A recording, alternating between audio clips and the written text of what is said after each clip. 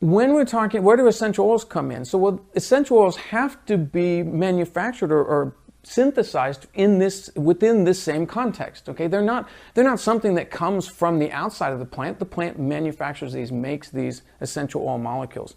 And in order to understand more about essential oils, we kind of have to start talking about some of the chemistry. Okay, and I don't want to get too complicated because we start talking about essential oil chemistry, and you could spend your whole life studying essential oil chemistry and all the different essential oil compounds, all the different kinds and classes of compounds that are present.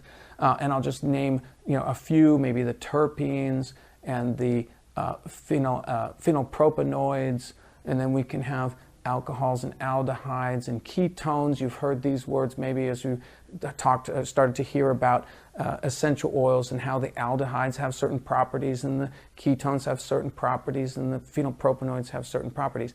And it is very useful for any of us who are using essential oils to start to look at each of these things and get a little bit better understanding of what these things are doing, and you can do lots of research on these things.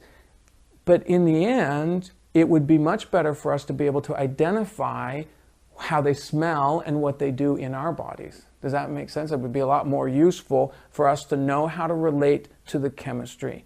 And so, obviously in a webinar kind of recorded situation like this, we can't share the experience of these oils, but you can certainly get an oil out even right now while you're listening to this and smell the difference between something like an oregano oil versus a lavender oil, right? And you can start to look at the chemical breakdown of an oregano oil. It has certain chemistry in it, and a lavender oil has certain chemistry in it, and you can see, well, that what you're smelling is that difference in chemistry. Why does one essential oil smell different than another? And that is literally those molecules are coming up and entering into our palate and entering into our chemical evaluation tool, which is to say our whole nasal palate system.